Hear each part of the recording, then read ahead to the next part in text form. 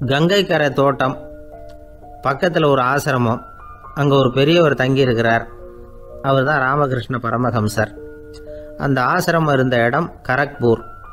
வங்காளத்தில் பொதுவாக எல்லாரும் மீன் சாப்பிட்றது உண்டு. கங்கையில் குளிச்சுட்டு கையில் ஒரு மீனோடு வர்றது வழக்கம். இவர் இருக்கிற இடத்துக்கு கங்கையில் படகு வழியாக வரணும். அப்படி தான் எல்லோரும் வருவாங்க. வர்றவங்கள ஒன்று கூட்டி ஆன்மீக விஷயங்களை பற்றி பேசிக்கிட்டு இருப்பார். ஒவ்வொரு நாள் ஒவ்வொருத்தர் நகரத்துக்கு போகணும். வரும்பொழுது மீன் கொண்டுக்கிட்டு வரணும். அதுக்கு ஒரு அட்டவணையே உண்டு ஆசிரமத்தில். அது பிரகாரம் ஒரு நாள் சுவாமி யோகானந்தர் படகுல போனார். படகை செலுத்தினவங்க ராமகிருஷ்ணரையும் சுவாமி யோகானந்தரையும் மற்றவங்களையும் பித்தர்கள் அப்படின்னு சொல்லி ஏளனமாக பேசினாங்க. அவங்க என்ன பைத்தியம் பிடிச்சவங்க அப்படிங்கிறது மாதிரி. சுவாமி யோகானந்தருக்கு ரொம்ப மென்மையான இதயம். இவங்க இப்படி கண்ணாபின்னான்னு பேசுகிறத பார்த்தா மீனை வாங்கிட்டு திரும்புகிறப்போ என்ன நடக்குமோ அப்படிங்கிற பயம் வேறு வந்துட்டுது அவருக்கு. அவ்வளவு மென்மையானவர். இதை தெரிஞ்சுக்கிட்ட ராமகிருஷ்ணர் யோகானந்தா இங்கே வா அப்படின்னு கூப்பிட்டார். இவர் கண்ணீரை தொடச்சிக்கிட்டே கிட்ட போனார். சொன்னார், ஐயா, படகு ஓட்டுறவங்க உங்களை பற்றி மோசமாக பேசுகிறாங்க. என்ன திட்டினா பரவாயில்ல, ஆனால் உங்களை அவங்க திட்டுறாங்க. அதை என்னால் தாங்கிக்க முடியல அப்படின்னார். இதை கேட்டதும் ராமகிருஷ்ணருக்கு கோபம் வந்துட்டு தான். என்னது, உன்னுடைய குருவை பற்றி அவங்க மோசமாக பேசும்பொழுது நீ சும்மா இருந்தியா? வெளியில் போ அப்படின்னு விட்டார். குரு நிந்தனை செய்கிறப்போ அதை கேட்டுக்கிட்டு சும்மா இருக்கலாமா? குரு நிந்தனையை கேட்டால் பாவம் இல்லையா? என்னை தூற்றும் போது அவங்க பாவம் செய்கிறாங்க. அதை கேட்டுக்கிட்டு நீ சும்மா இருந்தால் நீயும் பாவம் செய்கிற அப்படின்னாராம். அடுத்த நாள் சுவாமி நிரஞ்சனானந்தர் போக வேண்டிய நாள். இவர் படகுல போகும்பொழுதும் அதே மாதிரி நடந்து தான். அவங்க மோசமாக பேச ஆரம்பித்தாங்க, திட்ட ஆரம்பித்தாங்க. அப்படி கேலி பண்ண ஒருத்தனை இவர் என்ன பண்ணார், பலார்னு கன்னத்தில் அரைஞ்சிட்டார். இன்னொருத்தனை கங்கையில் தூக்கி எறியறதுக்கும் தயாராகிட்டார். அதுக்கப்புறம் அவங்க யாரும் வாயை திறக்கலை. மீன் வாங்கிட்டு வர்றப்பவும் படகுல ஒரே அமைதி. அவ்வளவு பயம் அவங்களுக்கு. ராமகிருஷ்ணர் கூப்பிட்டு விசாரித்தார் என்ன நடந்ததுன்னு. இவர் சொன்னார், அவர் யோகானந்தா போகும்பொழுது என்ன நடந்ததோ அப்படியே தான் இப்போவும் நடந்தது. குரு நிந்தனை செய்கிறத கேட்டுக்கிட்டு நான் சும்மா இருப்பேனா? ஒருத்தனை அப்படியே அரைஞ்சுட்டேன், இன்னொருத்தனை ஆற்றுல தூக்கி போட்டுருவேன்னு பயமுறுத்தினேன், அவ்வளவுதான் அப்படின்னாராம். இப்போவும் ராமகிருஷ்ணருக்கு கோபம் வந்துட்டு தான். என்ன இது, அணியறது காஷாயம், இருக்கிறது ஆசிரமம், உனக்கு இவ்வளவு கோபம் வந்ததுன்னா அப்புறம் என்னத்துக்கு ஆசிரமத்தில் இருக்கணும்? பிரம்மச்சாரி எப்பவும் அமைதியாக இருக்கணும் அப்படின்னு அறிவுரை சொன்னாராம் ராமகிருஷ்ணர். அப்போ இவர் கேட்டாராம், ஏங்க அவருக்கு ஒரு விதமான அறிவுரை சொன்னீங்க, எனக்கு வேறு விதமாக அறிவுரை சொல்கிறீங்க, இதில் எது உண்மை அப்படின்னு கேட்டிருக்கார். இதுக்கு ராமகிருஷ்ணர் சொன்ன பதில் என்னென்னா, அட அசடே, சக்கரத்தில் காற்று அதிகமாக இருந்தால் குறைக்கணும், குறைச்சலாக இருந்தால் கூட்டணும். அவன் சாது, அவனுக்கு அதிக உணர்ச்சி தேவை, உனக்கு படபடப்பு அதிகம், உனக்கு பொறுமை தேவை அப்படின்னாராம்.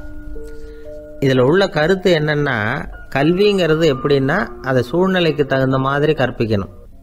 எல்லாருக்கும் ஒரே மாதிரி கற்பிக்கக்கூடாது.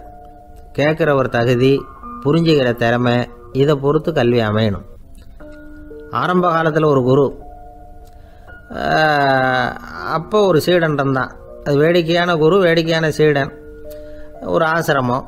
ஒரு நாள் ஒருத்தன் அவசரமாக அந்த குருவை தேடி வந்திருக்கிறான். என்ன விஷயம்னு விசாரித்தார் குரு. உங்கள் சீடர் என்னை அடிச்சுட்டார் அப்படின்னு புகார் பண்ணானா அந்த ஆள். குரு சீடனை கூப்பிட்டார். அடிச்சியா இந்த ஆளை அப்படின்னு கேட்டாராம். ஆமான் இருக்கான் சீடன். ஏன் அடிச்சே அப்படின்னு கேட்டாராம். இந்த ஆள் உங்களை பற்றி மட்டமாக பேசிவிட்டான், என்னால் அதை தாங்கிக்க முடியல, அதனால தான் அடிச்சுட்டேன்ருக்கான். அப்படி என்ன பேசினா அப்படின்னு கேட்டாராம். உன்னுடைய குருநாதர் இப்போல்லாம் அர்த்தமில்லாமல் பேச ஆரம்பிச்சுட்டார் அப்படின்னு சொல்லிவிட்டான், அதனால தான் அடிச்சுட்டேன் அப்படின்னு நானான். அதுக்காக அடித்தே அப்படின்னாரான். நான் அதுக்காக அடிக்கலை குருவே, இப்பெல்லாம் நீங்கள் அர்த்தம் இல்லாமல் பேசுகிறதாக அவன் சொல்கிறான், அப்படின்னா இதுவரைக்கும் நீங்கள் அர்த்தத்தோடு பேசினதாகத்தானே அர்த்தம், அது தப்பு தானே, அதனால தான் அடித்தேன் அப்படின்னு நானான்.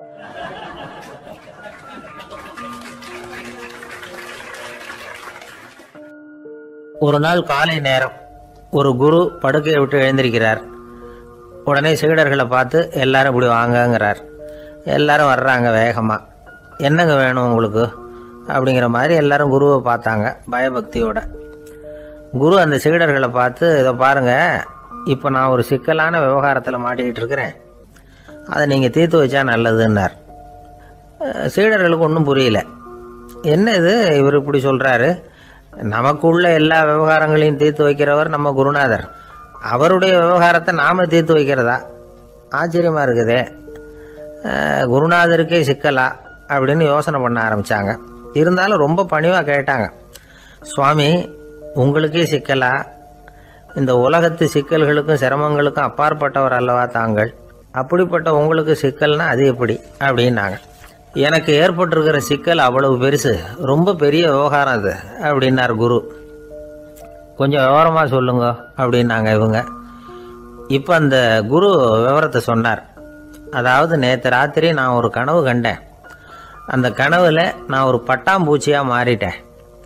அப்படி மாறி ஒவ்வொரு மலராக பறந்து போய் உட்காந்து தேன் சாப்பிட்டேன் அப்படின்னார். சீடர்கள் இதை கேட்டதும் ரொம்ப திகைச்சு போயிட்டாங்க. என்ன இது ஒரு பெரிய பிரச்சனையா?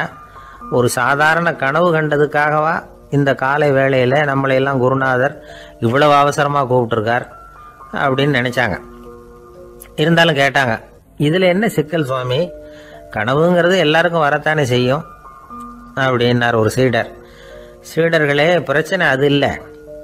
நான் இன்னைக்கு காலையில் கண்ணு முழிச்சு பார்த்தப்போ நான் நானாக மறுபடியும் மாறிட்டேங்கிறத தெரிஞ்சுக்கிட்டேன்.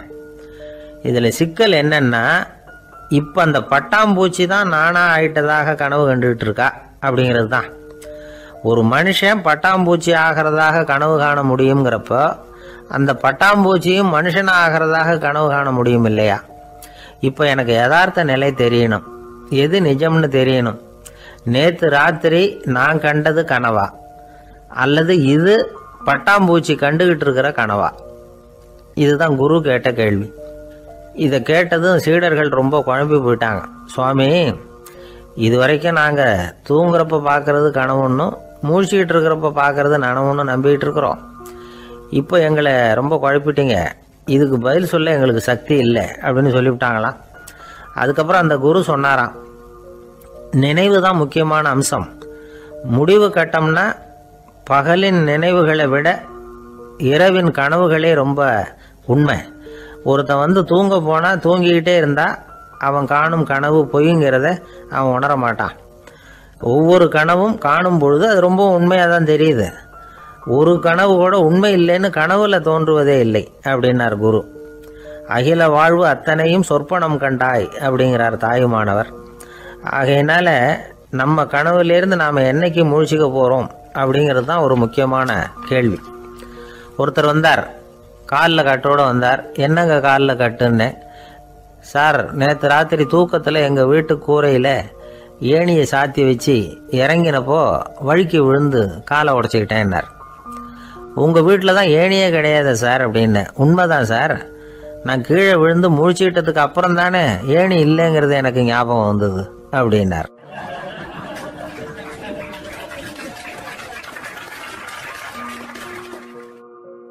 இந்த உலகத்தில் மனுஷன் எவ்வளவோ தவறுகள் செய்கிறான். அதுக்கெல்லாம் என்ன காரணம்? அதை பற்றின ஆராய்ச்சி தான் இன்னைக்கு. இதுக்கு ஆராய்ச்சி என்னத்துக்கு? அது தெரிஞ்ச விஷயம் தானே அப்படின்னு நீங்கள் நினைக்கலாம். ஆனால் அப்படி அலட்சியமாக இந்த விஷயத்தை விட்டுறக்கூடாது. பொதுவாக எல்லோரும் நினைக்கலாம், எது சரி எது தவறு அப்படின்னு தெரியாததுனால தான் மனுஷன் தப்பு பண்ணுறான் அப்படின்னு. ஆனால் அப்படி சொல்லிட முடியாது. மனுஷன் தெரிஞ்சே தான் தவறுகள் பண்ணுறான். இப்போ உதாரணத்துக்கு ஒரு சாலையில் இடது பக்கம் போக வேண்டிய ஒருத்தர் நடுக்கோட்டை தாண்டி வலது பக்கமாக வண்டியை ஓட்டிகிட்டு போகிறாருன்னு வச்சுக்கோங்க. என்னப்பா இது தப்பு இல்லையா அப்படின்னு அவர்கிட்ட கேட்டால், அதெல்லாம் எனக்கு தெரியும், நீ உன் வேலையை பார்த்துட்டு போ அப்படிம்பார். வலது பக்கமாக போகிறது தப்புன்னு தெரிஞ்சே தான் அவர் அப்படி செய்கிறார், அப்படி போகிறார். பெரிய உத்தியோகத்தில் இருக்கிறவங்க கூட லஞ்சம் வாங்குறாங்க. அவங்களுக்கெல்லாம் லஞ்சம் வாங்குறது தப்புன்னு தெரியலன்னு அர்த்தம். திருடுறது தப்புன்னு தெரியாமலாம் மனுஷன் திருடுறான். நல்லாவே தெரியும். நீங்கள் வேணும்னா கேட்டு பாருங்கள், வேறு வழி இல்லை அதனால தான் திருடுறேன்பா. திருடுறது ஒரு புண்ணியமான காரியம்னு திருடனே கூட சொல்ல மாட்டான். திருடுறது தவறுங்கிறது திருடனுக்கு தெரியும் அப்படிங்கிறத விளக்கிறதுக்காக ஒரு பெரியவர் ஒரு கதை சொன்னார். அதாவது 2 திருடர்கள் 2 பேரும் சேர்ந்து ஒரு வீட்டுக்கு போய் ஒரு 10,000 ரூபாயை திருடிட்டு வந்துடுறாங்க. ஒரு காட்டு வழியாக வந்துக்கிட்டு இருக்கிறாங்க. இன்னும் விடியல.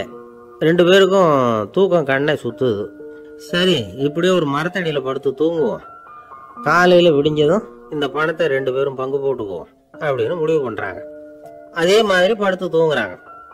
நடு ராத்திரியில ஒரு திருடன் முழிச்சுக்கிறான்.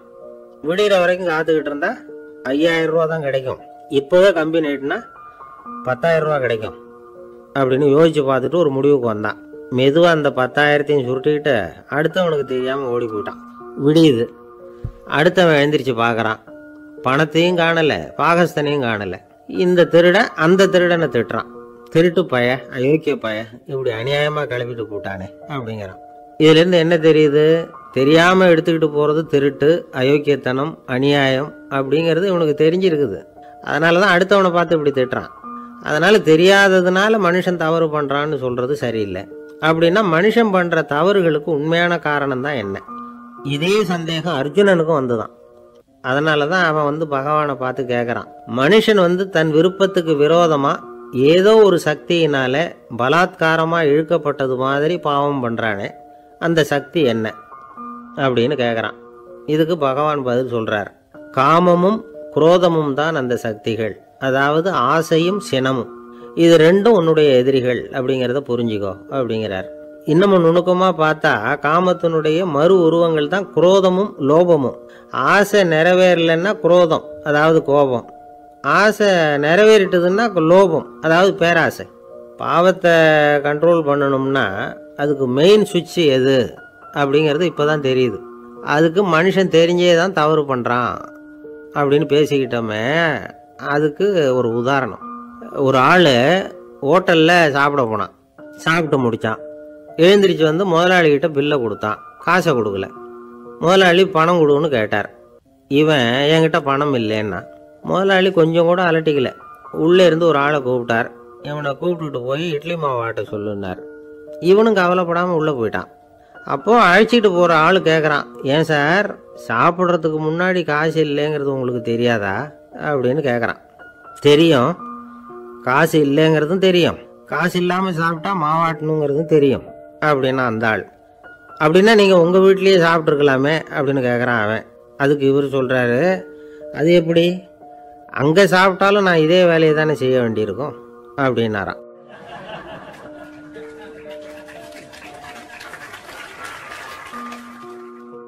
ஒரு ஊரில் ஒருத்தர் இருந்தான். ஒரு நாள் காலையில் எழுந்திரிச்சான். ஒரு 10 ரூபாய் எடுத்து சட்டை பையில் வச்சுக்கிட்டான். கடை தெருவுக்கு புறப்பட்டான். காய்கறி வாங்குறதுக்காக அவன் போகிறான். காய்கறி சந்தைக்கு போய் சேர்ந்தான். கத்திரிக்காய் 4 கிலோ கொடுங்கன்னா கொடுத்தாங்க.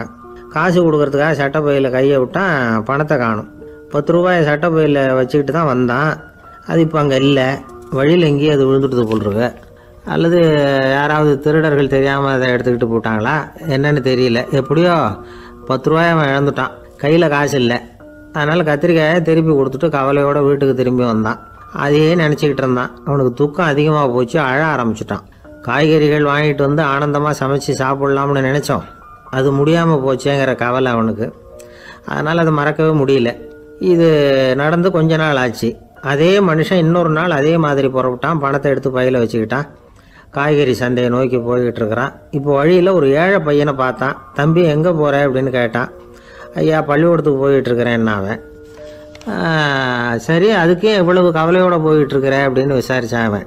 ஐயா நான் ரொம்ப ஏழை, வீட்டில் வசதி இல்லை, பரீட்சைக்கு பணம் கட்டணும், இன்றைக்கி கடைசி நாள், என்ன செய்கிறதுன்னு தெரியலன்னா. இவன் பார்த்தான். தாங்கிட்ட இருக்கிற பணத்தை எடுத்து அந்த பையன்கிட்ட கொடுத்தான். இதை வச்சுக்கோ, உடனே பணத்தை கட்டு, நல்லா படி, பரீட்சை எழுது அப்படின்னு சொல்லிவிட்டு திரும்பி வந்துட்டான்.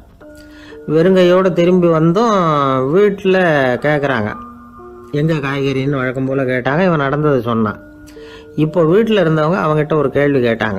ஏங்க இதே மாதிரி முன்னாடி ஒரு தடவை காய்கறி வாங்க போய் வெறுங்கையோடு திரும்பி வந்தீங்க, இப்போவும் வெறுங்கையோடு தான் திரும்பி வந்திருக்கிறீங்க. ஆனால் முன்னாடி வந்தப்போ வருத்தமாக இருந்தீங்க, இப்போ உங்கள் முகத்தில் வருத்தம் தெரியலையே அப்படின்னு கேட்டிருக்கிறான். அதாவது வீட்டில் இருக்கிறவங்க கேட்டாங்களாம். இப்போ அந்த மனுஷன் யோசிக்க ஆரம்பித்தானான். இந்த 2 நிகழ்வுகளுக்கு என்ன வித்தியாசம்? போன தடவை அவன் பணத்தை இழந்தான், இந்த தடவை அவன் பணத்தை இழந்திருக்கிறான். போன தடவை யாரோ திருடிக்கிட்டு போயிட்டாங்க, இந்த தடவை அவனாவே ஒரு பையன் பேரில் இறக்கப்பட்டு எடுத்து கொடுத்துருக்குறான். அன்னைக்கு பணம் போயிட்டுதேன்னு வருத்தமாக இருந்தது, இன்றைக்கி பணம் போனாலும் மனசுக்கு மகிழ்ச்சியாக இருக்குது, நிறைவாக இருக்குது. கொஞ்சம் யோசிச்சு பாருங்கள். பணத்தை இழந்தது மகிழ்ச்சிக்கோ வருத்தத்துக்கோ காரணமாக இருக்க முடியாது. அப்படின்னா வேறு எது காரணம்? அன்றைக்கு பணத்தை இழந்துவிட்டேன்னு அழுதான், இன்றைக்கு பணத்தை இழந்தாலும் மகிழ்ச்சியாக இருக்கிறான். ஆகவே மகிழ்ச்சிக்கும் துக்கத்துக்கும் இழப்பு காரணம் அல்ல, இழப்பு பற்றிய நம்முடைய அறிவு தான் காரணம் அப்படிங்கிறது பெரியவர்களுடைய கருத்து. எந்த பொருளும் நமக்கு கவலையை உண்டு பண்றதில்ல, அந்த பொருள் பேர்ல நாம வைக்கிற பற்று தான் கவலையை உண்டு பண்ணுது. பொருள்கள் நம்ம விட்டுட்டு போயிட்டா நாம அழுதுகிட்டு இருக்கிறோம், நாமே அதுகளை விட்டுட்டு வந்துட்டா மகிழ்ச்சியா இருக்கிறோம். இந்த உண்மையை புரிஞ்சுக்கிட்டு நம்முடைய வாழ்க்கையை நல்ல விதமா அமைச்சுக்கணும். ஒரு ஆள் அழுதுகிட்டு இருந்தான். ஏன்டா அழுகுறேன்னு கேட்குறார் ஒருத்தர். இழக்கிறதுக்கு எதுவும் இல்லை, அதனால அழறேன்னா. என்னடா சொல்றேன்னார். கிட்ட வாங்க சொல்றேன்னா. இந்த மணி பர்ஸை வேற ஒருத்தன் பாக்கெட்ல இருந்து திருடுனேன், அப்புறம் தான் புரிஞ்சுது அவங்ககிட்ட இழக்கிறதுக்கு எதுவும் இல்லைங்கிறது. ஆமாங்க, இது காலி பர்ஸு, அதனால இப்போ அழுதுகிட்டு இருக்கிறேன், திருடியும் பிரயோஜனம் இல்லை அப்படின்னு சொல்லிவிட்டு அழுதானா.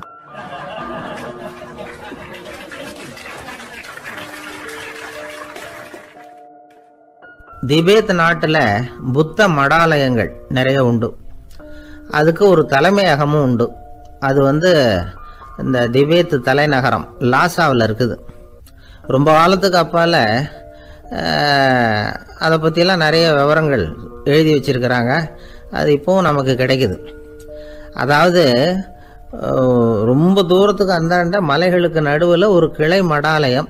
அந்த மடத்தின் தலைவருக்கு வயசாயிட்டு தான், அதனால் தலைமை பொறுப்பை வேற ஒருத்தர்கிட்ட ஒப்படைக்கலாம் அப்படின்னு முடிவு பண்ணாராம்.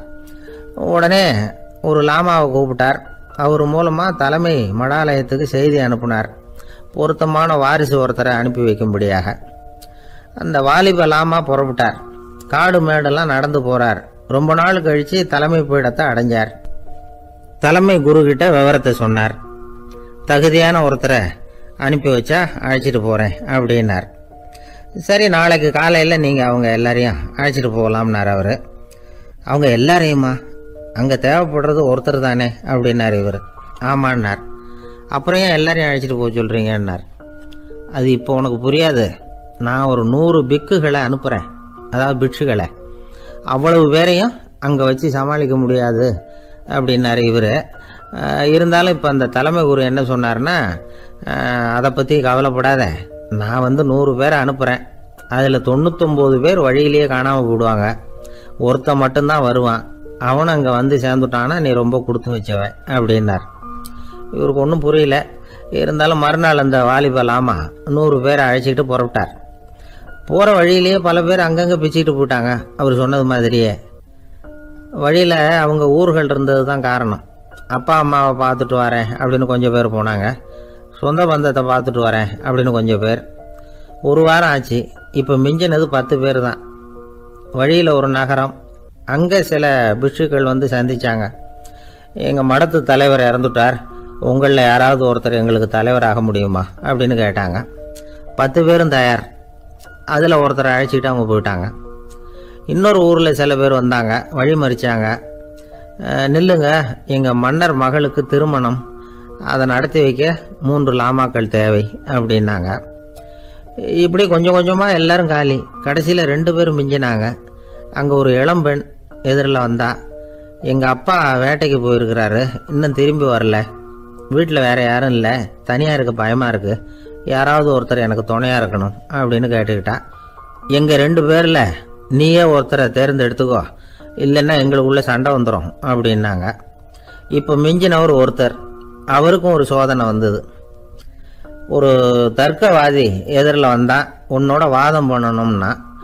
இவனோட வாதம் பண்ணுறேன், அது முடிய ரொம்ப காலம் ஆகலாம், தர்க்கத்தில் நான் ஜெயிச்சா அங்கே வரேன், இல்லைன்னா இவருடைய சீடனை ஆயிடுவேன் அப்படின்னார் அவர். கடைசியாக அழைக்க வந்த வாலிபலாமா மட்டும் வெறும் கையோடு திரும்பி போனார். அங்கே இருந்த வயசான மடாதிபதி கேட்டார், எத்தனை பேர் அங்கேருந்து புறப்பட்டீங்கன்னார். என்னையும் சேர்த்து 101ன்னார் அவர்.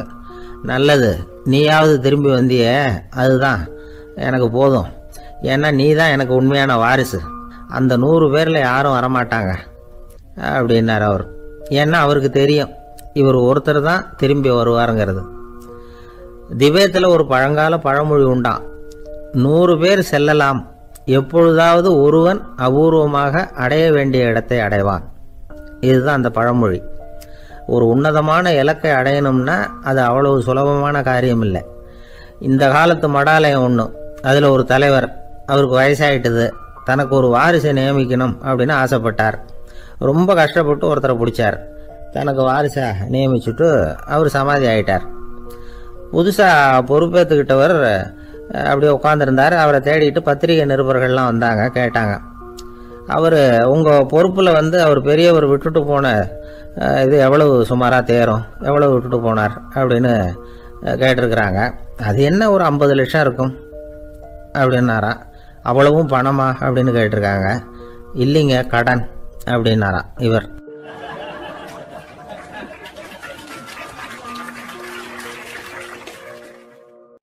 காசி மாநகரத்தை பிரம்மதத்தன் அப்படிங்கிற ராஜா ஆட்சி பண்ணிட்டு வந்தார். அவர் ஒவ்வொரு வருஷமும் ஒரு திருவிழா நடத்துறது வழக்கம். எல்லா தேசத்திலிருந்தும் எல்லா வகையான ஜனங்களும் அதில் கலந்துக்குவாங்க. ஒரு சமயம் அது மாதிரி விழா நடந்துக்கிட்டு இருந்தது. வைகுண்டத்திலிருந்து தேவலோகத்திலிருந்து நிறைய தேவகுமாரர்கள்லாம் காசி நகருக்கு அப்போது வந்திருந்தாங்க. அதில் முக்கியமாக ஒரு 4 தேவகுமாரர்கள். அந்த 4 பேரையும் சுற்றி ஏகப்பட்ட கூட்டம். அப்படி என்ன விசேஷம் அவங்கக்கிட்ட அப்படின்னா, மற்றவங்களை விட அவங்க முகம் அழகாக இருந்ததா அப்படி பார்த்தா அப்படியும் இல்லை. அவங்க அணிஞ்சிருந்த மலர் மாலைகள் தான் அதுக்கு காரணமாக. அந்த மலர்கள்லேருந்து அப்படி ஒரு அபூர்வமான நறுமணம். இதுக்கு முன்னாடி இப்படி ஒரு நறுமணத்தை அந்த ஊர் ஜனங்க அனுபவிச்சதே இல்லை. அதுதான் அந்த 4 பேரையும் சுற்றி கூட்டம். எல்லாரும் கேள்வி கேட்க ஆரம்பித்தாங்க. உடனே அந்த 4 தேவகுமாரர்களும் எல்லாருக்கும் தெரியும்படியாக வானத்தில் எழும்பி கொஞ்சம் உயரமாக நின்றுக்கிட்டாங்க. கீழே நின்றுக்கிட்டு இருந்த அரசன்லேருந்து ஆண்டி வரைக்கும் ஒருத்தர் பாக்கி இல்லாமல் ஒரே குரலில் எல்லாரும் அவங்கள பார்த்து, எங்களுக்கும் இது மாதிரி மாலையை போட்டுக்கணும்னு ஆசையாக இருக்குது, அதுக்கு நீங்கள் தான் அருள் பண்ணணும் அப்படின்னு கேட்டுக்கிட்டாங்க. மாலை போட்டுக்கிறதுனா எல்லாருக்கும் ஆசையாக தானே இருக்கும். அந்த 4 தேவகுமாரர்களில் ஒருத்தர் புத்தர் பிரான். அவர் சொன்னார், பூலோகவாசிகளே, நான் சொல்கிறத கொஞ்சம் பொறுமையாக கேளுங்க. கக்காரு அப்படிங்கிற கற்பக விருஷத்தின் மலர்களால் தொடுக்கப்பட்டது இந்த மாலை. இதுக்கு நிறைய சக்தி உண்டு. எந்த காலமும் இது வாடாது, வாசனையும் குறையாது. ஆனால் இதை அணிந்து கொள்றதுக்கு சில தகுதிகள் தேவை அப்படின்னார். என்ன தகுதி அது சொல்லுங்களேன் அப்படின்னு ஏக காலத்தில் எல்லாரும் சத்தம் போட்டாங்க. தீய இயல்புகள் உள்ளவங்க, இழிந்த சிந்தனை, இழிந்த செயல் உள்ளவங்க இந்த மாலையை அணிய முடியாது அப்படின்னார். அவ்வளோதான். கூட்டத்தில் சத்தம் போட்டவங்கள்லாம் மெதுவாக அப்படி அடங்க ஆரம்பிச்சிட்டாங்க. இன்னொரு தேவகுமாரன் சொன்னார், அடுத்தவங்க பொருளை அபகரிக்காதவன், அடுத்தவங்களுக்கு கெடுதல் பண்ணக்கூடிய பொய் பேசாதவன், பேராசையினால் கெட்ட வழியில் பொருள் ஈட்ட நினைக்காதவன் இந்த மாலையை போட்டுக்கலாம் அப்படின்னார். கூட்டத்திலிருந்து யாரும் முன்னுக்கு வரல. ஒரே ஒரு ராஜகுரு மட்டும் கொஞ்சம் முன்னாடி வந்தார். பெரியவர், படித்தவர். அவர், எனக்கு தகுதி இருக்குது அந்த மாலையை போட்டுக்கிறதுக்கு அப்படின்னார். வேறு ஒன்றும் இல்லை, பொய் சொல்லியாவது அந்த மாலையை வாங்கிக்குவோமே அப்படின்னு முடிவு பண்ணிட்டார் அவர். அவ்வளோதான், மாலையை வாங்கிட்டார். அடுத்த தேவகுமாரன் பேசினார். யாருக்கு திடமான அறிவும் மனமும் இருக்குதோ, யாருக்கு நல்ல காரியங்களில் அசையாத ஈடுபாடு இருக்குதோ, நல்ல அரிய பொருள்களை தனியாக தான் மட்டும் அனுபவிக்க விரும்பாதவர் யாரோ அவர் முன்னாடி இந்த மாலையை வாங்கிக்கலாம் அப்படின்னார். அந்த தகுதியும் எனக்கு இருக்குன்னார் ராஜகுரு. மாலையை வாங்கி போட்டுக்கிட்டார். இன்னொரு ராஜகுமாரன் பேச ஆரம்பித்தார். அறநெறியில் செல்வம் சேர்க்கணும், ஆடம்பர பொருள்களுக்கு அடிமையாகக்கூடாது, வெற்றி அடைஞ்சாலும் கர்வம் வரக்கூடாது, அப்படிப்பட்டவங்க இந்த மாலையை போட்டுக்கலாம்னார். துணிஞ்சு பொய் சொல்லி அதையும் வாங்கி கழுத்தில் போட்டுக்கிட்டார் இந்த ராஜகுரு. இன்னொரு ராஜகுமாரன் சொன்னார், சான்றோர்களை நிந்திக்காதவங்க, புறம் பேசாதவங்க இந்த மாலையை போட்டுக்கலாம்னார். அதையும் வாங்கி போட்டுக்கிட்டார். திருவிழா முடிஞ்சுது, எல்லாரும் திரும்பி போயிட்டாங்க. மறுநாள் ராஜகுரு 4 மாலைகளையும் போட்டுக்கிட்டு ராஜசபைக்கு வரார். வந்தவர் ரொம்ப அவஸ்தையோடு வர்றார். மாலையெல்லாம் வாடி போயிட்டுது, வாசனை எதுவும் கிடையாது. அது மட்டும் இல்லை, அவருக்கு கடுமையான தலைவலி வேற வந்துட்டுது. துடிச்சு போயிட்டார். மாலையை கழட்டவும் முடியல. ஜனங்கள்லாம் அவரை பார்த்து சிரிக்க ஆரம்பிச்சிட்டாங்க. என்னத்துக்கு ஆசைப்படணும், ஏன் இப்படி கஷ்டப்படணும் அப்படின்னு. ராஜா பார்த்தார். மறுபடியும் விழாவுக்கு ஏற்பாடு பண்ணினார். தேவகுமாரர்கள்லாம் வந்தாங்க. ராஜகுரு வந்தார். மக்கள் முன்னிலையில் அவங்க காலில் விழுந்தார், மன்னிப்பு கேட்டுக்கிட்டார். இந்த மாலையை போட்டுக்கிற தகுதி எனக்கு இல்லை. தகுதி இல்லாத ஒருத்தன் தகாத தகுதியை பொய் மூலம் பெறணும்னு ஆசைப்படுறாங்களே, அவங்களுக்கெல்லாம் என்னுடைய தண்டனை ஒரு எச்சரிக்கையாக இருக்கட்டும்னார். அதுக்கப்புறம் தேவகுமாரர்கள் அவர் கழுத்தில் இருக்கிற மாலையை கழட்டினாங்களாம். அந்த மாலைகளும் பழையபடி மனம் கொடுக்க ஆரம்பிச்சுட்டு தான். இதுலேருந்து நாம் தெரிஞ்சுக்க வேண்டியது என்னென்னா, நமக்கு தகுதி இல்லாத ஒரு கௌரவம் நம்மக்கிட்ட தானாக வந்தால் கூட அதை தவிர்த்து விடுறது தான் நல்லது. அதுதான் புத்திசாலித்தனம். ஒருத்தர் வந்தார், சார் எங்கள் இலக்கிய மன்ற விழாவுக்கு நீங்கள் வந்து தலைமை தாங்கணும்னார். உடனே இவர் சொன்னார் பேச்சாளர், சார் இலக்கியத்தை பற்றி பேசுகிற தகுதி எனக்கு இல்லையே அப்படின்னார். உடனே அவர் கூப்பிட வந்தவர் சொன்னார், அந்த தகுதி உங்களுக்கு இல்லைங்கிறது எங்களுக்கும் தெரியும் சார், அதனால தான் உங்களை தலைமை தாங்க கூப்பிட்றேன் அப்படின்னார். அது சரி, தலைமைன்னா அதுக்கு இவர் என்னதான் அர்த்தம் பண்ணுறாருன்னு தெரியல.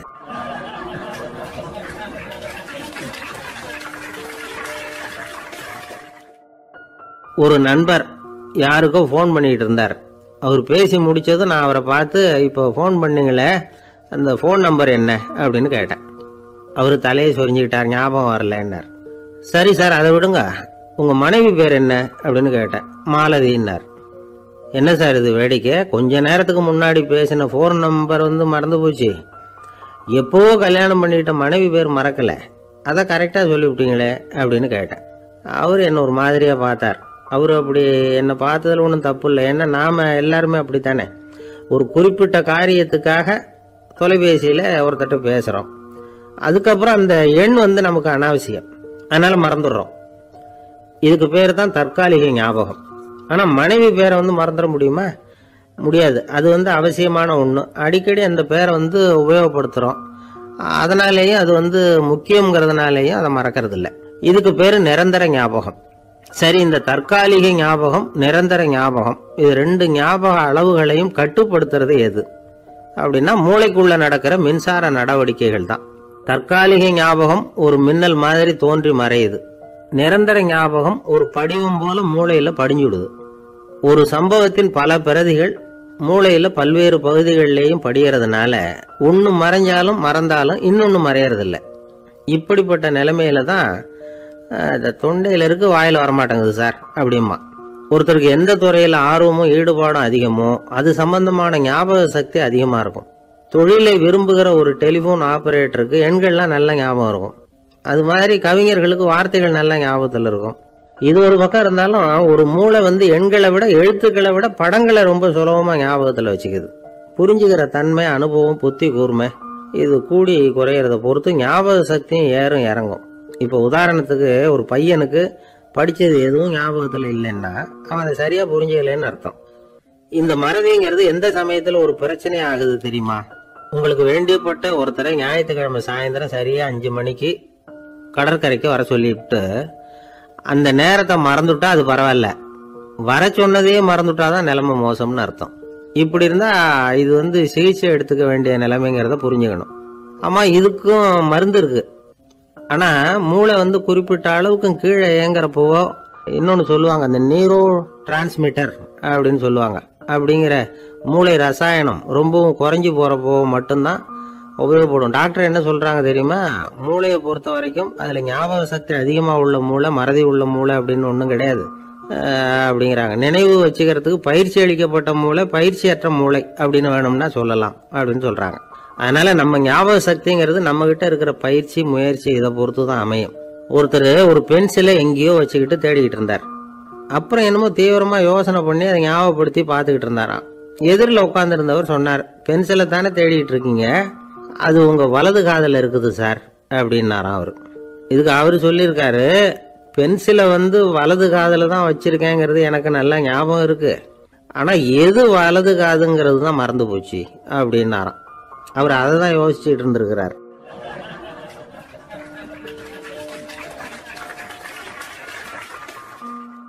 ஒரு பெரிய நினைவு மண்டபம், அதுக்கு முன்னாடி ஒரு அப்பாவும் பிள்ளையும் நின்றுட்டு இருக்கிறாங்க. அந்த வழியா போறவங்க வர்றவங்க எல்லாம் அந்த இடத்துல நின்று அது என்ன மண்டபம் அப்படின்னு விசாரிக்க ஆரம்பிச்சாங்க. அந்த அப்பாவும் பிள்ளையும் தான் வர்றவங்களுக்கெல்லாம் விவரம் சொல்லிட்டு இருக்கிறாங்க. அதாவது இந்த இடத்துல ஒரு பெரிய மகான் சமாதி ஆயிருக்கார், அவர் சமாதியான இடத்துல இந்த நினைவு மண்டபத்தை கட்டியிருக்கிறோம் அப்படின்னாங்க. ஊரு பூரா இந்த செய்தி பரவிச்சு. நிறைய பேர் அந்த இடத்தை தேடி வர ஆரம்பிச்சாங்க. இங்கே வந்து கொஞ்சம் நேரம் உட்காந்துட்டு போனால் மனசுக்கு ஒரு நிம்மதி கிடைக்கிது அப்படின்னாங்க. அங்கே இருந்த உண்டியெல்லாம் நிறைய காசு போட்டுட்டு போகிறாங்க. பணம் கிடுகிடுன்னு நிறைய சேர ஆரம்பிச்சுட்டுது. பணம் நிறைய சேர்ந்த உடனே அந்த அப்பாவுக்கும் பிள்ளைக்கும் தகராறு வந்துட்டுது. பணம் சேர்ந்தாலே சொத்து தகராறு வரத்தானே செய்யும், அது மாதிரி வந்துட்டுது. பையன் அடிக்கடி நிறைய பணம் கேட்க ஆரம்பித்தான். அப்பா பார்த்தார், யோசனை பண்ணார், ஒரு முடிவுக்கு வந்தார். ஒரு நாள் பையனை கூப்பிட்டார், இதை பாருப்பா, நமக்குள்ள தகராறு வேணாம், அப்பாவும் பிள்ளையும் இப்படி சண்டை போட்டுக்கிட்டா பார்க்குறவங்க தப்பாக நினைப்பாங்க, அதனால் நமக்குள்ளே சமரசமாக இதை தீர்த்துக்குவோம், என்ன சொல்கிறேன் அப்படின்னார் அப்பா. சரி நான் பையன். உடனே அந்த அப்பா என்ன பண்ணார் தெரியுமா, மகன்கிட்ட கொஞ்சம் பணத்தை கொடுத்தார். தன்கிட்ட இருந்த ஒரு கழுதையையும் கொடுத்தார். இதை வச்சு நீ பொழைச்சிக்கோ அப்படின்னு சொல்லி அனுப்பி வச்சுட்டார். மகன் அந்த கழுதையை எடுத்துக்கிட்டு அடுத்த ஊருக்கு போனான். வழியிலேயே அந்த கழுதை செத்து போச்சு. உடனே என்ன பண்ணலாம்னு யோசனை பண்ணான். ஒரு ஐடியா வந்தது. அந்த கழுதையை ஒரு சாலை ஓரமாக புதைச்சான். கையில் இருந்த பணத்தை வச்சு அந்த இடத்துல ஒரு கல் மண்டபம் கட்டினான். அந்த வழியாக 2 பேர் வந்தாங்க. இது என்ன மண்டபம்னு விசாரித்தாங்க. இந்த இடத்துல ஒரு பெரிய மகான் சமாதி ஆயிருக்கிறார் அப்படின்னா. இந்த செய்தி ஊர் பூரா பரவ ஆரம்பிச்சிட்டது. நிறைய பேர் வந்து போக ஆரம்பித்தாங்க. இங்கே வந்தால் மனசுக்கு ஒரு பெரிய நிம்மதி கிடைக்குது அப்படின்னு வேற சொல்ல ஆரம்பித்தாங்க. வர வர கூட்டம் அதிகமாக வர ஆரம்பிச்சுட்டுது. உண்டியலில் பணம் நிறைய சேர்ந்துட்டுது. நகையெல்லாம் கூட கழட்டி காணிக்கையாக போட ஆரம்பிச்சிட்டாங்க. அப்பாவை விட மகன் பெரிய ஆளாயிட்டான். இதை கேள்விப்பட்டார் அப்பா. பையனை பார்த்துட்டு வரலாம்னு ஒரு நாள் புறப்பட்டு வந்தார். பையன் ஓஹோன்னு இருக்கிறான். பங்களா, காரு எல்லாம் வந்துட்டுது. எப்படிடா இந்த அளவுக்கு ஆனே அப்படின்னு விசாரிச்சார். அப்பா, எல்லாம் உங்கள் ஆசீர்வாதம் தான். நீங்கள் கொடுத்த மூலதனத்தை வச்சு தான் இவ்வளவும் சம்பாதிச்சேன் அப்படின்னு நான் பையன். அது எப்படிறான்னு விசாரித்தார். அப்பா, நீங்கள் ஒரு கழுதை குட்டியும் கொஞ்சம் பணமும் என்கிட்ட கொடுத்து அனுப்பி வச்சிங்க. அதை எடுத்துக்கிட்டு வந்தேன்.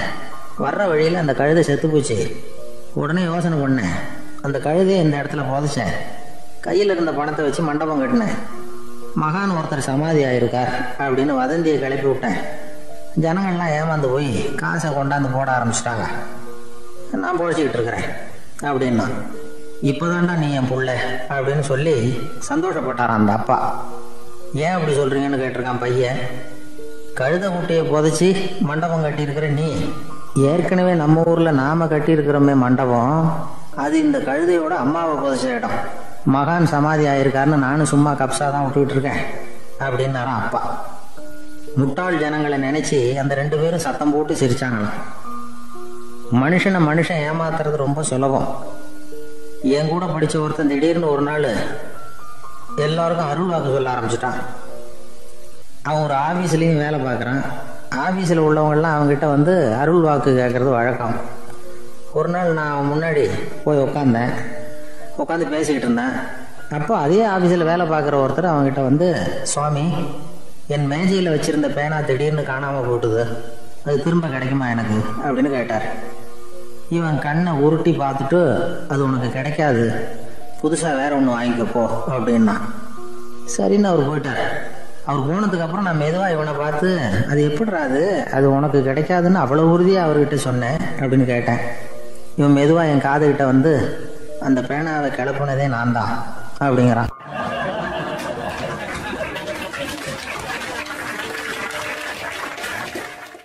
ஒரு பெரியவர் உட்கார்ந்துருக்கிறார். அவரை சுற்றி அவருடைய தோழர்கள் உட்கார்ந்துருக்கிறாங்க. ஏதோ ஒரு முக்கியமான செய்தியை அவர் அவங்களுக்கு சொல்லிகிட்டு இருக்கிறார். அவங்களும் ஆர்வமாக கேட்டுக்கிட்டு இருக்கிறாங்க. இந்த சமயத்தில் யாரோ ஒரு ஆள் வேகமாக அங்கே வர்றார். வர்ற வேகத்திலேயே எனக்கு ஏதாவது உதவி செய்யுங்க அப்படின்னு கேட்டுக்கிட்டே வர்றார். கேட்கறது உதவி, ஆனால் குரல் மிரட்டுறது மாதிரி இருக்குது, அதட்டி கேட்கறது மாதிரி இருக்குது. இதை கேட்டதும் அந்த பெரியவர் ஆத்திரப்படலை, ஆனால் அவரை சுற்றி இருந்தவங்க ஆத்திரப்பட்டாங்க. இதை பெரியவர் கவனித்தார். கொஞ்சம் அமைதியாக இருங்கன்னார். வந்தவரை கூப்பிட்டார். அவருக்கு சில பொருள்களை கொடுத்தார். என்னங்க, இப்போ உங்களுக்கு மகிழ்ச்சி தானே அப்படின்னார். அப்படின்னு அலட்சியமாக அவர் சொல்கிறார். நான் உங்களை நல்ல முறையில் நடத்தினேன்னா அப்படின்னு கேட்குறாரு அவர் மறுபடியும். அதெல்லாம் ஒன்றும் இல்லை அப்படின்னு சொல்லி அவர் சொல்லிகிட்டு இருக்கிறாரு. குரலில் கடுமை குறையில. சுற்றி இருந்தவங்களால இதை பொறுத்துக்க முடியல. கோபத்தோடு அவரை நோக்கி நெருங்க ஆரம்பித்தாங்க. பெரியவர் அவங்களையெல்லாம் தடுத்து நிறுத்தினார். வந்தவரை வாங்க என்னோட அப்படின்னு சொல்லி அழைச்சிட்டு போனார். வீட்டுக்கு போனார். அங்கே போனதும் இன்னும் சில பொருள்களை எடுத்து அவர்கிட்ட கொடுத்தார். இப்போ திருப்தி தானே, நான் உங்ககிட்ட நல்ல முறையில் நடந்துக்கிட்டேனா அப்படின்னார். அவர் முகம் இப்போ தான் கொஞ்சம் மலர்ந்தது. ரொம்ப நன்றி, இறைவன் உங்கள் குடும்பத்துக்கு எல்லா நன்மைகளையும் செய்வான் அப்படின்னு சொன்னார். இதே வார்த்தைகளை என்னுடைய தோழர்கள்கிட்டே சொல்லிட்டீங்கன்னா அவங்க கோபம் தணிஞ்சிரும். வர முடியுமான்னார். கண்டிப்பாக வர்றேன் அப்படின்னாரு. மறுநாள் காலையில் அந்த இடத்துக்கு வந்தார். அதே மாதிரி சொல்லிவிட்டு அவர் போயிட்டார். தோழர்கள்லாம் ரொம்ப வியப்போடு பெரியவரை பார்த்தாங்க. அந்த பெரியவர் தான் நபிகள் நாயகம். அவர் சொன்னார், ஒருத்தன் ரொம்ப ஆசையாக ஒரு ஒட்டகத்தை வளர்த்துக்கிட்டு வந்தான். ஒரு நாள் அந்த ஒட்டகம் வந்து கயத்தை அறுத்துக்கிட்டு ஓடி போயிட்டுது. அக்கம் பக்கத்தில் இருக்கிறவங்கெல்லாம் அந்த ஒட்டகத்தை பிடிக்கிறதுக்கு முயற்சி பண்ணாங்க. அதை துரத்திட்டு ஓடினாங்க. ஒட்டகம் வந்து தாறுமாறாக ஓட ஆரம்பிச்சிது. இந்த சமயத்தில் ஒட்டகத்தை வளர்த்தவன் அங்கே ஓடி வந்தான். நீங்கள் அதை ஒன்றும் செய்ய வேணாம், விட்டுருங்க. அதோட சுபாவம் எனக்கு நல்லா தெரியும். அதை சுலபமாக என்னோடய வழிக்கு கொண்டுகிட்டு வந்துட முடியும். நான் பார்த்துக்கிறேன், விட்டுருங்க அப்படின்னா. எல்லாரும் விலைக்கு போயிட்டாங்க. இவன் என்ன செஞ்சான் தெரியுமா? கொஞ்சம் புல்லை கையில் எடுத்துக்கிட்டு அந்த ஒட்டகத்தை நெருங்கினான். அவ்வளவுதான். அது ஓடி வந்து இவன் காலடியில் உட்காந்துக்கிட்டது. செல்லமாக அதை அப்படியே தடவி கொடுத்தான். முதுகில் ஏறி உட்காந்துக்கிட்டான். அது பாட்டுக்கு சாதுவாக நடந்து போகுது. இந்த கதையை நபிகள் நாயகம் தம்முடைய தோழர்களுக்கு சொல்கிறார். ஒட்டகத்தை மட்டும் இல்லை, சில மனிதர்களையும் கூட சில விதத்தில் அணுகி தான் அவர்களை வந்து சீர்திருத்த வேண்டியிருக்குது அப்படிங்கிறத அவங்களுக்கு உணர்த்தினார். இது ஒரு அழகான உளவியல் அணுகுமுறை. சில குடும்ப தலைவர்கள் கூட இந்த ஒட்டகம் மாதிரி நடந்துக்கிறது உண்டு. அப்புறம் அடங்கி போகிறதும் உண்டு. ஒரு குடும்ப தலைவர் காலையில் எழுந்திரிச்சதுலேருந்து சத்தம் போட்டு கத்திக்கிட்டு இருப்பார். பக்கத்தில் இருந்தவங்கெல்லாம் ஓடி போய் சமாதானம் பண்ணி பார்த்தாங்க. அவர் ஓயறது மாதிரி தெரியல. கடைசியில் அவர் மனைவி வந்தாங்க. நீங்கள் எல்லாம் விலகி போயிடுங்க, அவர் சுபாவம் எனக்கு தெரியும், நான் பார்த்துக்கிறேன் அப்படின்னாங்க. சரின்னு எல்லாரும் போயிட்டாங்க. சாயந்தரமாக வந்து பார்க்குறாங்க, அவர் சத்தம் இல்லாமல் ஒரு மூலையில் உட்காந்துருக்கிறார். ரொம்ப சாதுவா. ஆச்சரியமாக இருந்தது. என்னம்மா பண்ணீங்கன்னு கேட்டாங்க. அது ஒன்றும் இல்லைங்க, ஒரு வேளை சாப்பாட்டை நிறுத்தினேன், பட்னி போட்டேன், அவ்வளவுதான் அப்படின்னாங்க அந்த அம்மா.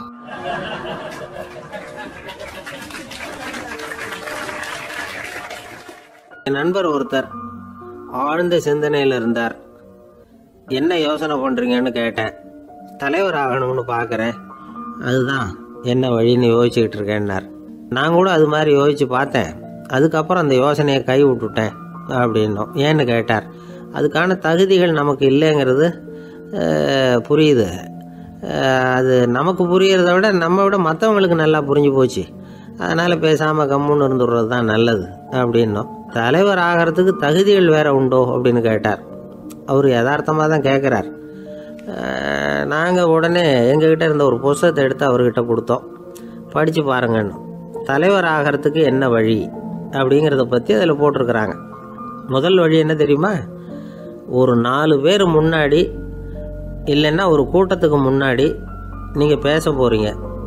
அப்போ எப்படி ஆரம்பிக்கணும்னா, உண்மையான புகழ்ச்சி, நேர்மையான பாராட்டு, இதோடு ஆரம்பிக்கணும். எடுத்ததுமே அது சரியில்லை இது சரியில்லைன்னு பேசிகிட்டு இருக்கக்கூடாது. மக்களை பார்த்து நீங்கள் தான் தப்பு பண்ணிவிட்டீங்க அப்படின்னு நேரடியாக சொல்லக்கூடாது. தவறு இருந்தாலும் அதை வந்து மறைமுகமாக ஏதாவது கதை சொல்லி அதிலிருந்து அவங்க புரிஞ்சுக்கிற மாதிரி செய்யணும். அடுத்தவங்க பண்ண தப்பு என்னன்னு அலசறதுக்கு முன்னாடி நீங்கள் பண்ணின தப்பு என்னங்கிறத பற்றியே பேசுங்க. எதுக்கும் நேரடியாக உத்தரவு போட்டுக்கிட்டு இருக்கக்கூடாது. இதை நீங்கள் செய்யணும் அப்படின்னு சொல்கிறதுக்கு பதிலாக நீங்கள் இப்படி செஞ்சால் எப்படி இருக்கும் அப்படின்னு கேள்வி மாதிரி கேட்கணுமா. இப்படி கேட்டால் அது உத்தரவு மாதிரி தெரியாதான். அடுத்தவங்க மரியாதையை காப்பாற்றுறது மாதிரி பேசணுமா. உங்கள் பேச்சு இன்னொருத்தரை வந்து அவமானப்படுத்துறது மாதிரி இருக்கக்கூடாதான். ஏண்டா இவங்கிட்ட போய் மாட்டிக்கிட்டோம்னு யாரும் நினச்சிடக்கூடாது. ஒவ்வொரு சின்ன வளர்ச்சியையும் பாராட்டணும். வெற்றி வந்து சாதாரணமாக இருந்தாலும் பாராட்டாமல் இருந்துடக்கூடாது. பாராட்டும் பொழுது தாராளமாக இருக்கணும். குறை சொல்லும் பொழுது கவனமாக இருக்கணும். வாய்க்கு வந்தபடி பேசிவிட்டால் அதுக்கப்புறம் வகையாக மாட்டிக்கிட்டு முழிக்க வேண்டியிருக்கும். நீங்கள் பேசுகிறது இன்னொருத்தருக்கு ஒரு கௌரவத்தையும் மரியாதையும் உண்டு பண்ணுறது மாதிரி இருக்கணும். நீங்கள் பேசுகிறது அடுத்தவங்களுக்கு இருக்கிற கொஞ்ச நெஞ்ச மரியாதையும் எடுத்து விடுறது மாதிரி இருக்கக்கூடாது. உங்கள் பேச்சை கேட்டால் கேட்குறவங்களுக்கு ஒரு ஊக்கம் வரணும், உற்சாகம் வரணும். தவறு எதுவாக இருந்தாலும் அதை சுலபமாக திருத்திக்கலாம், சரி பண்ணிக்கலாங்கிறது மாதிரி இருக்கணும் உங்கள் பேச்சு. அடுத்தவங்களை சந்தோஷப்படுத்துங்க. உங்கள் யோசனையை கேட்டு நடந்துக்கிறதுனால அந்த சந்தோஷம் அவங்களுக்கு கிடைக்கணும். இந்த தகுதியெல்லாம் உங்ககிட்ட இருந்தால் நீங்கள் ஒரு சிறந்த தலைவர் ஆகலாம் அப்படின்னு அந்த புஸ்தகத்தில் போட்டிருக்கு. இந்த காலத்தில் வந்து தலைவர் ஆகிறதுக்கு வேறு சில தகுதிகள்லாம் கூட தேவைப்படுது. ஒரு புள்ள வந்து தன்னுடைய அப்பா கிட்ட, அப்பா உன்ன மாதிரியே நானும் அரசியலில் சேரணும், தலைவர் ஆகணும்னு ஆசைப்படுறேன், இன்னையிலேருந்து எனக்கு அரசியல் பாடம் கற்றுக் கொடு அப்படின்னு கேட்டிருக்கான். அவரும் சரின்னு சொல்லிவிட்டு ஒரு பெரிய ஏணியை எடுத்துகிட்டு வந்தாரான். ஒரு செவுத்தில் சாத்தினார். இந்த ஏணியில் ஏறி உயர போய் அங்கே பரன் மேலே இருக்கிற ஒரு புத்தகத்தை எடுத்துகிட்டு வாடான் இருக்கார் மகனை பார்த்து. அப்பா ஏணி ரொம்ப உயரமாக இருக்குது, நீ ஜாக்கிரதையாக இதை பிடிச்சிக்கோ, நான் ஏறி போகிறேன் அப்படின்னு நான் பையன். பயப்படாத, நான் பார்த்துக்கிறேன்னாரு அப்பா.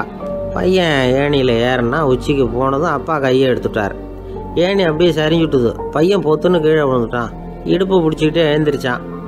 என்னப்பா இது, இப்படி என்னை ஏற விட்டுட்டு கையை விட்டுட்டியே, இப்படி கை விடலாமா அப்படின்னு கத்தியிருக்கான். அப்பா நிதானமாக சொன்னாராம், அவசரப்படாதப்பா, அரசியலில் இதுதான் முதல் பாடம், பெத்த அப்பனா இருந்தாலும் அவனை நம்பாதே அப்படின்னு உபதேசம் பண்ண ஆரம்பிச்சாரான்.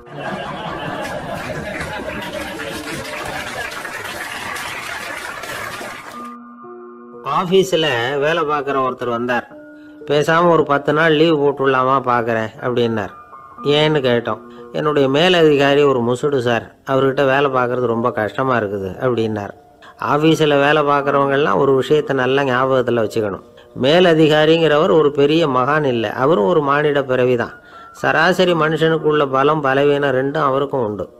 அதனால் அவரை கொஞ்சம் அனுசரித்து போகிறதுக்கு பழகிறது தான் நல்லது. மேலதிகாரிகளில் பல வகை உண்டு. அதில் முக்கியமாக 3 வகை. அதில் ஒரு வகை எப்படி தெரியுமா? உங்களை ஒரு வேலை செய்கிற மெஷினாக மட்டுமே நினைக்கக்கூடிய வகை. இவங்கள்லாம் எப்படின்னா, எங்கேயாவது வெளியூர் போயிருந்தா கூட அங்கேருந்து ஃபோன் பண்ணுவாங்க, அந்த வேலை என்னாச்சு, இந்த வேலை என்னாச்சு அப்படின்னு. இவங்களுக்கெல்லாம் உங்கள் நலனை பற்றியோ உங்கள் குடும்பத்தை பற்றியோ அக்கறை இருக்காது. நீங்கள் சொல்கிற யோசனை எதுவும் இவங்ககிட்ட எடுபடாது. கொடுத்த வேலையை பாரு, நீ எனக்கு புத்தி சொல்ல வேணாம் அப்படிம்பாங்க. இவங்களை அனுசரித்து போகிறதுக்கு ஒரே வழி, இவங்க எதை சொன்னாலும் சரின்னு சொல்லிவிட்டு வேலையை கவனிக்க வேண்டியது தான். இவங்ககிட்ட வேறு எந்த கேள்வியும் கேட்டுக்கிட்டு இருக்கக்கூடாது. ஆமாம் சாமி போடுறது கௌரவ குறைச்சல் இல்லை, அது ஒரு அலுவலக சௌகரியம், அவ்வளவுதான். இன்னொரு வகையான மேலதிகாரிகள் எப்படி தெரியுமா? இவங்கெல்லாம் ஆஃபீஸ் வேலையை பற்றி அதிகமாக கவலைப்பட்டுக்கிட்டு இருக்க மாட்டாங்க. தங்களுடைய சொந்த இமேஜ் பாதிக்கப்படக்கூடாதுங்கிறதுலையே கவனமாக இருப்பாங்க. இவங்கெல்லாம் அடிக்கடி உங்கள் நலனை விசாரிப்பாங்க. அதே மாதிரி நீங்களும் அவரை விசாரிக்கணும்னு எதிர்பார்ப்பாங்க. இந்த ரக அதிகாரிகளுக்கெல்லாம் புது வருட வாழ்த்து அனுப்பலாம், பிறந்தநாள் வாழ்த்து அனுப்பலாம். அவருக்கு எங்கேயாவது ஒரு பாராட்டு விழா நடந்தால் முதல் வரிசையில் போய் உட்காந்து உங்கள் முகத்தை காட்டலாம். ஆஃபீஸ் வேலையை மட்டுமே பார்க்குற பணியாளர்கள் இது மாதிரி அதிகாரிகள்கிட்ட நல்ல பேர் வாங்க முடியாது. இன்னொரு வகையான மேலதிகாரிகள் உண்டு. அவங்க எப்படின்னா, ஆஃபீஸ் வேலையை பற்றியும் கவலைப்பட மாட்டாங்க, தனக்கு கீழே வேலை பார்க்குறவங்கள பற்றியும் கவலைப்பட மாட்டாங்க. எக்காரணம் கொண்டும் தன்னுடைய பொசிஷனுக்கு ஆபத்து வந்துடக்கூடாதுன்னே நினைக்கக்கூடியவங்க இவங்க. இவங்களால கடுமையான வேலை செய்யவும் முடியாது, தீர்மானிக்கவும் முடியாது. எந்த முடிவையும் எடுக்காம அப்படியே தள்ளி போட்டுக்கிட்டே போடுவாங்க எல்லாத்தையும். இதனால என்ன ஆகும்னா, இவருக்கு கீழே வேலை பார்க்குற உங்களுக்கு பொறுப்பு அதிகமாயிடும். இவங்க கிட்ட போய் பிரச்சனையை மட்டும் சொல்லி பிரயோஜனம் இல்லை, அதுக்கான முடிவுகளை நீங்களே சொல்லணும். அப்போதான் இது மாதிரி அதிகாரிகள் கிட்ட நல்ல பேர் வாங்கலாம். அட்லீஸ்ட் கெட்ட பேர் வாங்காமலாவது காலம் தள்ளலாம். ஆஃபீஸில் வேலை பார்க்குறவங்க முக்கியமாக சில விஷயங்களை ஞாபகத்தில் வச்சுக்கணும். ஆஃபீஸில் நடக்கிற நல்லது கெட்டது எதுவாக இருந்தாலும் உடனடியாக மேலதிகாரிகிட்ட தெரிவிக்கிறது நல்லது. 3வது மனிதர் மூலமாக அதை அவர் தெரிஞ்சுக்கிறது அவ்வளவு நல்லதில்லை. எந்த மேல் அதிகாரியுமே தான் இந்த சர்பாஸ் செய்யப்படுறத விரும்புறதில்லை. அதனால் அவருக்கு தெரியாமல் மேலிடத்துக்கு மணி எழுதி போடக்கூடாது. அப்படி எழுதி போடுறவங்க சில பேர் இருக்கிறாங்க. நீங்களும் உங்கள் மேலதிகாரியும் தொழில் ரீதியாக ஒரே படிப்பு படித்தவராக இருக்கலாம். அப்படி இருந்ததுன்னா அட்ஜஸ்ட் பண்ணி போகிறது கொஞ்சம் கஷ்டம்தான். இதை மனசில் வச்சுக்கிட்டு நடந்துக்கணும். உங்களுக்கும் அவருக்கும் அபிப்பிராய பேதமா, அது அவருக்கும் உங்களுக்கும் உள்ள தனிப்பட்ட பிரச்சனை. அதை விளம்பரப்படுத்திக்கிட்டு இருக்கக்கூடாது, அது அவருடைய கோபத்தை கிளறும். உங்கள் மேலதிகாரி உங்கள் கூட படித்தவராக இருக்கலாம், அதுக்காக அவரை எல்லாருக்கும் முன்னாடி அடைய கிச்சாமி எப்படா இருக்க அப்படின்லாம் கேட்டுக்கிட்டு இருக்கக்கூடாது. பொதுவாக யாரும் அதை விரும்புறதில்லை. இவ்வளவையும் உங்கள் மனசில் வச்சுக்கிட்டு கொஞ்சம் சாமர்த்தியமாக நடந்துக்கிட்டிங்கன்னா ஆஃபீஸ் உங்களுக்கு அவஸ்தையாக இருக்காது, ஆனந்தமாக இருக்கும். ஒரு மேலதிகாரி தன்கிட்ட வேலை பார்க்குற ஒருத்தரை பற்றி ரொம்ப பெருமையாக சொன்னாராம். எங்கள் ஆஃபீஸில் எவ்வளவோ பேர் வேலை பார்க்குறாங்க, எல்லாரும் தினமும் ஏதாவது பிரச்சனைகளை சொல்லிகிட்டு இருப்பாங்க. ஆனால் இவர் ஒருத்தர் மட்டும்தான் இது வரைக்கும் என்கிட்ட எந்த பிரச்சனையும் சொன்னதே இல்லை. அவர் பாட்டுக்கு வருவார், வேலை பார்ப்பார், போயிடுவார் அப்படின்னாராம். நான் உடனே அவ்வளவு பெருமைக்குரிய அந்த ஊழியரை பார்த்து கேட்டேன், ஏன்பா உன்னுடைய மேலதிகாரிகிட்ட நீ எந்த பிரச்சனையும் கொண்டுகிட்டு போகிறதே இல்லையாமே அப்படின்னு கேட்டேன். அதுக்கு அவர் சொல்கிறாரு, ஆமாங்க, அது ஏன்னா அவரால் எந்த பிரச்சனையுமே தீர்க்க முடியாதுங்கிறது எனக்கு நல்லா தெரியும், அதனால் அப்படி செய்கிறேன், வேற ஒன்றும் இல்லை அப்படின்னார் ரொம்ப பொறுமையாக.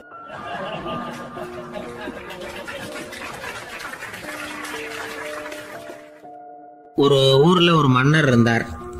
புத்தி கூர்மை உள்ள ஒரு மன்னர். பொதுவாக மன்னர்களுக்கு சந்தேகம் வந்தால் சபையில் உள்ள சான்றோர்கள்கிட்ட கேட்டு தெரிஞ்சுக்கிறது தானே வழக்கம். ஆனால் இங்கே அப்படி இல்லை. மற்றவங்களுக்கு சந்தேகம் வந்தால் மன்னர்கிட்ட வந்து கேட்டு தெரிஞ்சுக்குவாங்க. அது மாதிரி கேட்டு தெரிஞ்சுக்கிறதுக்காக ஒரு பெரியவர் ஒரு நாள் வந்தார்.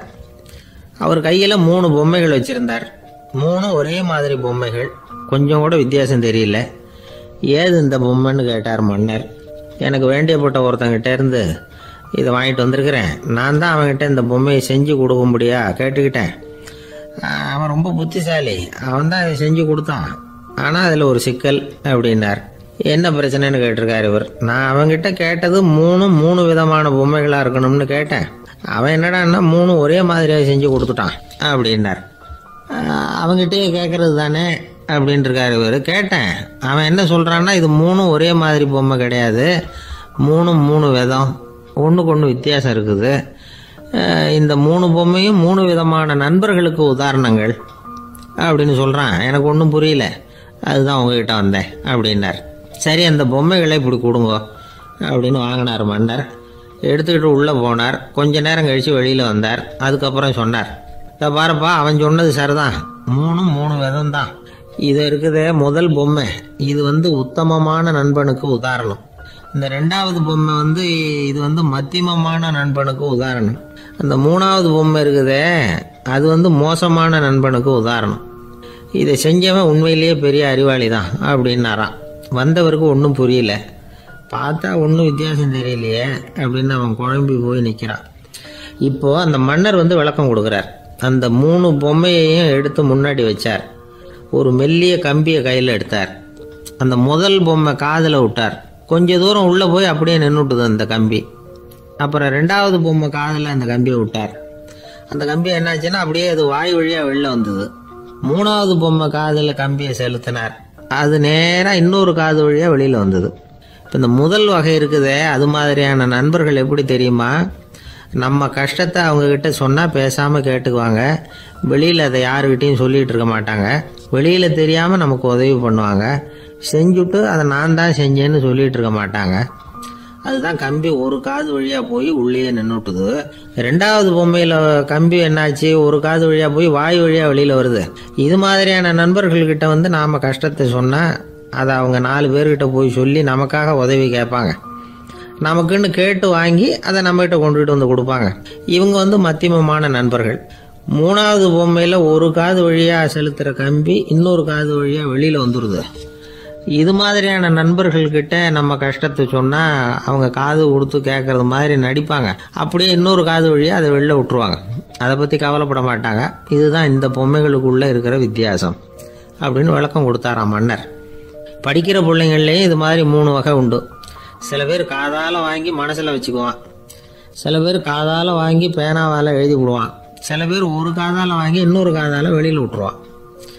ஒரு பையன் வகுப்பில் ஆசிரியர் பாடம் நடத்தும் பொழுது தலையை வேகமாக ஆட்டி ஆட்டி கேட்பானா. ஏன்டா இப்படி தலையை இப்படி ஆட்டுற அப்படின்னு கேட்டிருக்கான் பக்கத்தில் இருந்தவன்.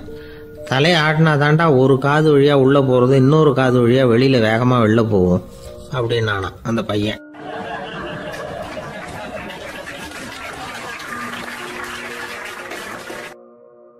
ஒரு நண்பர், அவர்கிட்ட பேசிக்கிட்டு இருந்தேன். மனித உறவுகள் பற்றி அவர் சொல்லிகிட்டு இருந்தார். அமெரிக்காவில் தந்தை மகன் உறவு எப்படி இருக்குது அப்படிங்கிறத விளக்கிறதுக்கு அவர் ஒரு கதையை சொன்னார். ஒரு அப்பா பகல் பூராவும் அலுவலகத்தில் வேலை, ஓடி ஆடி உழைச்சிக்கிட்டு களைச்சி போய் ராத்திரி 10 மணிக்கு மேலே வீடு திரும்பினான். வீட்டு வாசலில் அவரோட மகன் காத்துக்கிட்டு இருக்கிறான். இன்னமும் தூங்கலை. அப்பா வாசல்லையே தடுத்து நிறுத்தி, அப்பா உனக்கு சம்பளம் எவ்வளவு அப்படின்னு கேட்குறான்.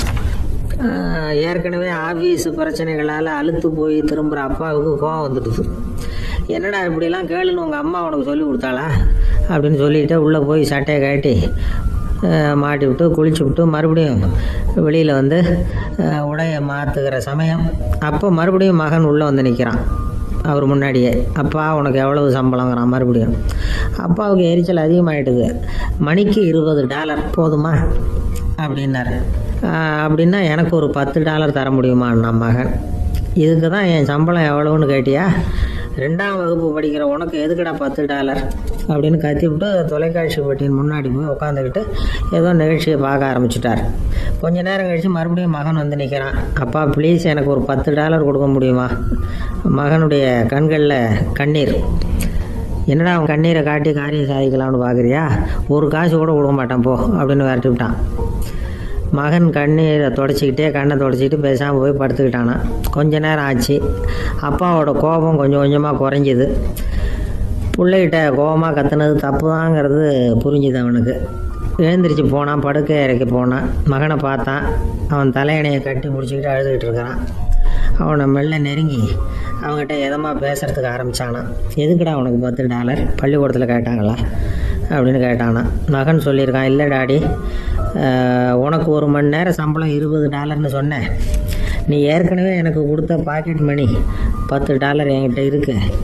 இப்போ நீ இன்னொரு $10 கொடுத்தீங்கன்னா அதையும் சேர்த்து $20 ஆகிடும். அந்த $20 நான் உனக்கு கொடுத்துருவேன். அப்படி கொடுத்தா நீ என் கூட 1 மணி நேரம் செலவழிப்ப இல்லையா, அதுக்காக தான் $10 கேட்டேன் அப்படின்னு சொன்னானோ. அந்த அப்பா கண்ணு கலங்கி போச்சான். ஆதரவோடு தன்னுடைய மகனை கட்டி பிடிச்சி அழ ஆரம்பிச்சிட்டாராம். இதுதான் நண்பர் சொன்ன கதை. அமெரிக்கா மட்டும் இல்லை, உலகம் பூராவும் இன்றைக்கி மனித உறவுகள் இப்படி தான் மாறிட்டுருக்கு. பெரியவர்கள் அறிவுரை என்ன தெரியுமா? உங்கள் குழந்தைகளிடமிருந்து குழந்தை பருவத்தை பிரித்து விடாதீர்கள் அப்படிங்கிறது தான். அதாவது இன்றைய குழந்தைகள் தங்கள் பிருந்தாவனத்தை இழந்து விடுகிறார்கள் அப்படிங்கிறது அவங்களுடைய கருத்து. இந்த நிலைக்கு நாம் காரணமாக இருந்துடக்கூடாது. குழந்தைகளோட விளையாடுவோம், குடும்பத்தோடு உறவாடுவோம் அப்படிங்கிறது தான் நம்முடைய நோக்கமாக இருக்கணும். இன்றைய உறவு முறைக்கு இன்னொரு உதாரணம் சொல்லுவாங்க. ஒருத்தர் வந்தாராம், அவர் பக்கத்தில் ஒரு சின்ன பையன். நாம் அவரை விசாரிக்கிறோம், யார் இந்த பையன் அப்படின்னா அவர் சொல்கிறார், இவன் எனக்கு தூரத்து உறவு அப்படின்னாராம். இந்த தூரத்து உறவுன்னா எப்படின்னு இருக்கான். இதுக்கு அவன் சொல்லியிருக்கிறான், இவன் எங்கள் அப்பாவுக்கு 8வது புள்ள அப்படின்னானான்.